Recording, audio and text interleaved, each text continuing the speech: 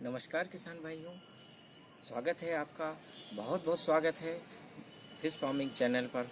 आज का अपना विषय है मत्स्य तालाब निर्माण के तकनीकी पहलू। ये बहुत महत्वपूर्ण विषय है किसान भाइयों, क्योंकि तालाब निर्माण पर ही आपकी मत्स्य उत्पादकता निर्भर करती है।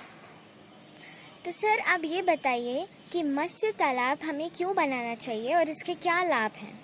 किसान भाइयों, जैसा कि आप जानते हैं कि अपना जो भारत देश है कृषि प्रधान देश है, और इसमें कृषि प्रधान देश होने के साथ साथ इसमें जनसंख्या वृद्धि दिन प्रतिदिन बढ़ती जा रही है, जिससे कि अपने देश में खाद्य आपूर्ति की समस्या, जल आपूर्ति, पेयजल की समस्या दिन प्रतिदिन एक विकराल रूप लेते जा रही है।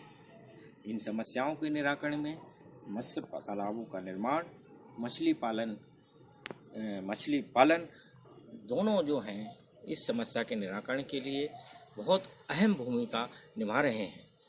वो कैसे निभा रहे हैं किसान भाइयों? मछली पालन एक आय का स्रोत ही नहीं है।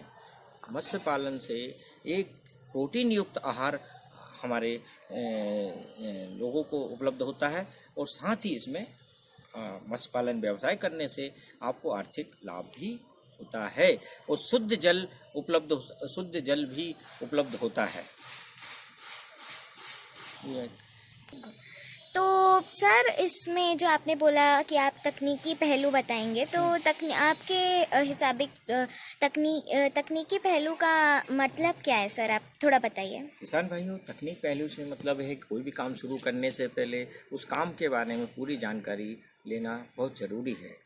जैसे कि तालाब निर्माण के जो वैज्ञानिक पहलू हैं, तकनीकी पहलू हैं, उनको भली भांति समझ लेना चाहिए। उसके बाद ही तालाब निर्माण करना चाहिए।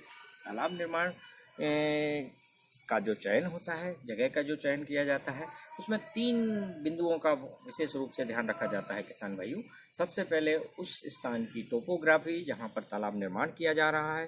दूसरा, उस स्थान की मिट्टी, जिस मिट्टी में तालाब बनाया जाएगा। तीसरा बिंदु आता है जल स्रोत जहाँ से मतलब है पानी की उपलब्धता हेतु साधन। तो पहला अपन पॉइंट लेते हैं किसान भाइयों।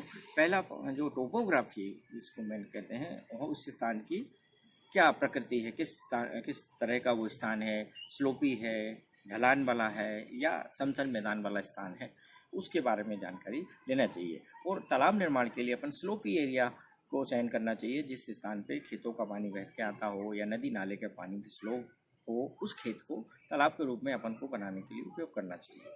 दूसरा पहलू है मिट्टी सबसे पहला बहुत महत्वपूर्ण बिंदु है। मिट्टी की जो किस तरह की मिट्टी उपयोग आना चाहिए तालाब बनाने के लिए किसान भाइयों, इसमें ये ध्यान रखना बहुत ज़रूरी है कि ब्लैक कॉटन सॉइल या चिकनी काली मिट्टी जो होती है उसका उपयोग करना चाहिए। वो कभी कभी की चिकनी और जो पीली मिट्टी होती है, रेतीली मिट्टी होती है, उसका उपयोग तालाब निर्माण में किया जा सकता है। जो रेतीली और चिकनी मिट्टी होती है उसमें थोड़ा सा 2-4 साल समस्या हो सकती है पानी सीपेज की, परंतु फिर धीरे धीरे मत्स्य पालन के साथ साथ वो समस्या खत्म हो जाती है। जल स्रोत से मतलब है कि जो तालाब अपन ग्रामीण बनाते हैं या छोटे तालाब बनाते हैं, उसमें बरसात के समय तो पानी फुल भर जाता है, परंतु धीरे धीरे मार्च अप्रैल गर्मी का जो शुरुआत होती है उसमें पानी 2 तरह से सीपेज होता है। एक तो नीचे से भी होता है और वाष्पीकरण होकर पानी ऊपर उड़ जाता है। किसान भाइयों,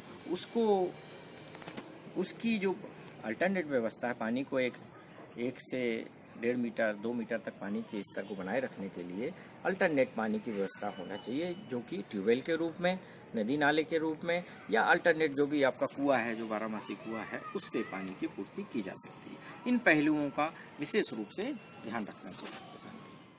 तो सर अब आप ये बताइए कि तालाब का साइज़ कितना होना चाहिए, उसकी गहराई कितनी होनी चाहिए और उसकी हाइट कितनी होनी चाहिए? आप तालाब के बारे में थोड़ा बताइए। किसान भाइयों, जैसे कि आपने तालाब निर्माण का स्थल का चयन कर लिया है, भली भांति उसके वैज्ञानिक पहलुओं को समझ लिया है, अब आती है निर्माण की बात। इसमें आप अच्छे से अच्छा इंजीनियर्स के आप उसका मैप बनवाइए, उसका एस्टिमेट बनवाइए, और उसके बाद सबसे पहले ये ध्यान रखना है कि जो ज़्यादातर रेक्टेंगल जो तालाब होते हैं, आयतकार जो तालाब होते हैं, इनकी चौड़ान कम और लंबाई ज़्यादा हो, इस टाइप के तालाब बनाने चाहिए, जिसकी मछली को घूमने फिरने के लिए, एक्सरसाइज के लिए अच्छी जगह मिल सके। दूसरा, उसमें उसकी जो गहरान है 1.5 मीटर से 2 मीटर के लगभग होना चाहिए।